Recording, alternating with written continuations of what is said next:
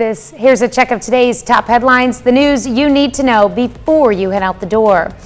Authorities have identified the victim in Saturday evening's homicide in Pittsburgh and say they have the suspect in custody. Just before 6:30 p.m. on Saturday, officers were called to an apartment at 415 South Broadway in Pittsburgh after a person reported finding a woman lying on the floor of the apartment. Pittsburgh Police Department has identified the victim as 18-year-old Jace Delich of Pittsburgh. Officials say Delich was shot with a handgun.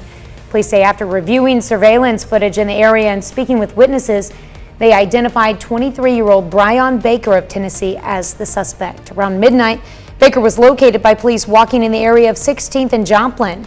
Officials arrested Baker and after searching him, found a handgun. After questioning Baker, he was arrested for second-degree murder and is being held at the Crawford County Jail in lieu of a $1 million bond.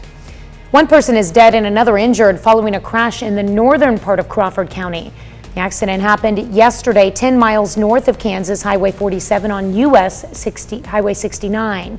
According to the Kansas Highway Patrol, a car driven by 61-year-old Jeffrey Leroy of Pittsburgh crossed the center line and into the path of a car driven by 18-year-old Carter Edgecombe of Garnett. Both vehicles attempted to avoid each other and ended up crashing in the center of the roadway. Leroy died from his injuries. Edgecombe suffered minor injuries. 38th Annual Pumpkin Run took place Sunday in Carthage. The event featured a 2-mile run and an 8K run, as well as pumpkin prizes for the first 40 participants. While the run is good for your body, it also benefits the scholarship fund for the Cerebral Palsy Center. The run was organized by the Joplin Roadrunners group. And the Maple Leaf Festival is back for its 56th year with the theme Fall into Carthage. The festival held a parade throughout the streets of downtown over the weekend. Schools, businesses, and organizations around Southwest Missouri marched in and rode through the parade. Attendees at the event say the parade is a long-standing tradition for the town.